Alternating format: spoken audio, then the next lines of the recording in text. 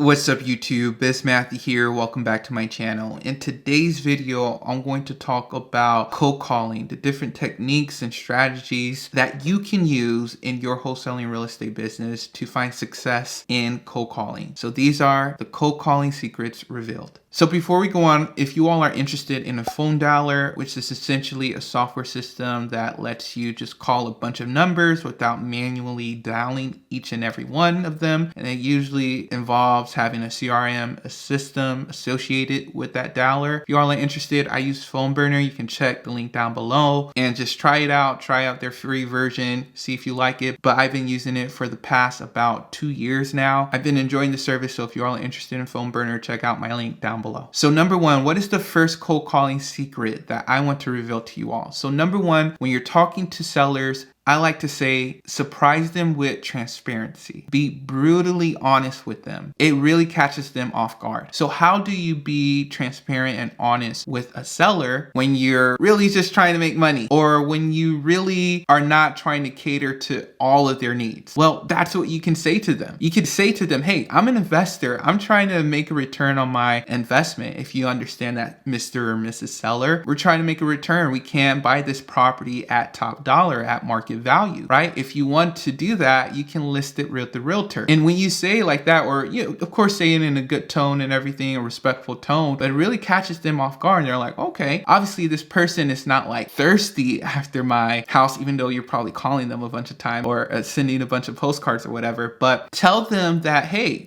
I'm not going to be the one buying your house at market value. I'm buying your house at the fair market value based off of the condition of the property, your timeline to sell, and the fact that I have cash right now to close on your property within 30 days. And you always let them know, hey, this is a good condition property. It's in a nice area, listed real realtor. You're going to get paid more. Do that if that's truly what you want. To me, it just really catches, like I've been saying, the seller off guard, and it makes them more intrigued by you, right? And your offer and what you have to offer them. So now they start asking you some questions like, okay, well, what do you do then? I mean, what kind of offer would you offer for my property? And then that's when you can start asking them questions about the condition, their situation. Why would they be even interested in selling? Are they only interested in selling because you called them? Like, be honest with them, be transparent. And this is a really good strategy when you're talking to sellers, because it shows that you're real, that you're honest, you're not talking very salesy and whatnot. And yeah, and they really truly do respect that. And in a way, it kind of gets, when you're transparent with someone, it switches the role from you trying to sell to them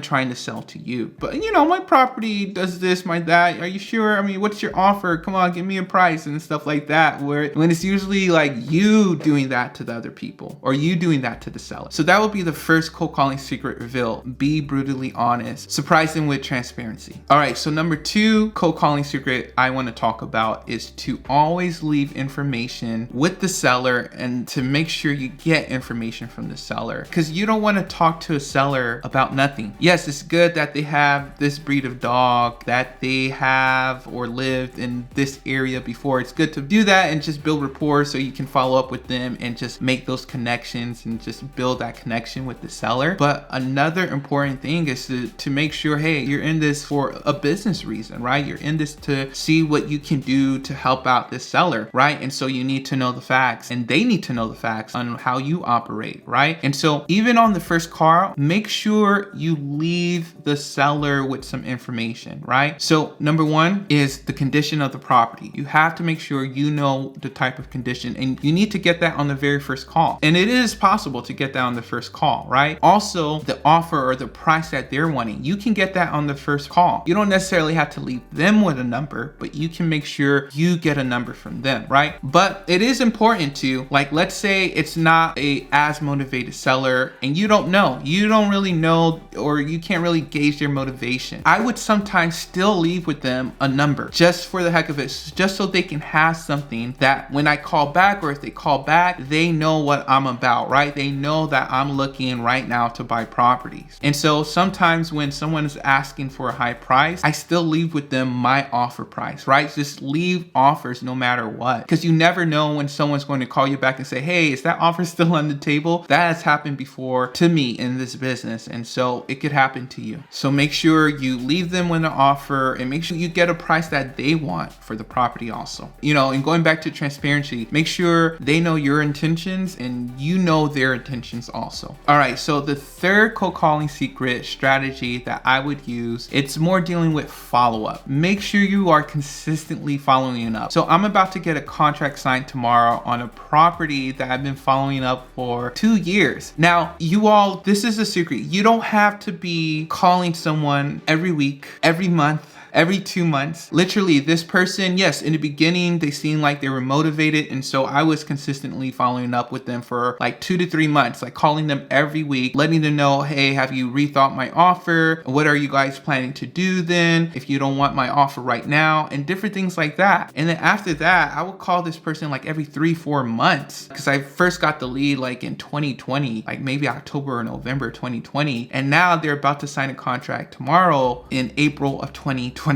So, and the thing is that I think I checked up with him probably a month or 2 ago, and he ended up calling me a week ago asking, hey, are you still interested in buying my property or this property that I inherited, right? And so it's just so important, you all, to consistently follow up, especially in the beginning. But after that, you can follow up with someone every 4 or 5 months, all right? And you'll be surprised how many sellers recognize you or remember you, because I had sellers time and time again, even though I stopped calling them for like 4 or 5 months and I randomly called them again, they were like, oh yeah, I've been hearing to talk, or I've been waiting to talk to you, or I've been waiting for your call, or something like that, or them calling me back. So make sure you all follow up consistently and always leave an impression, like just say, hey, I'm still here, I'm still working in this business, and everything like that. All right, you all, so those were 3 cold calling secrets revealed. Let me know what you all think of this list. What are some techniques that you all use in your business? What different strategies are you all using, whether it's texting or maybe direct mails? Are you guys doing something different in the postcards now, or maybe on your Google advertisement or your radio ads? What are you doing differently? Let me know down below in the comments. All right, you all, hope you all enjoyed this video. Be sure to like, subscribe, comment down below, and I'll talk to you all later.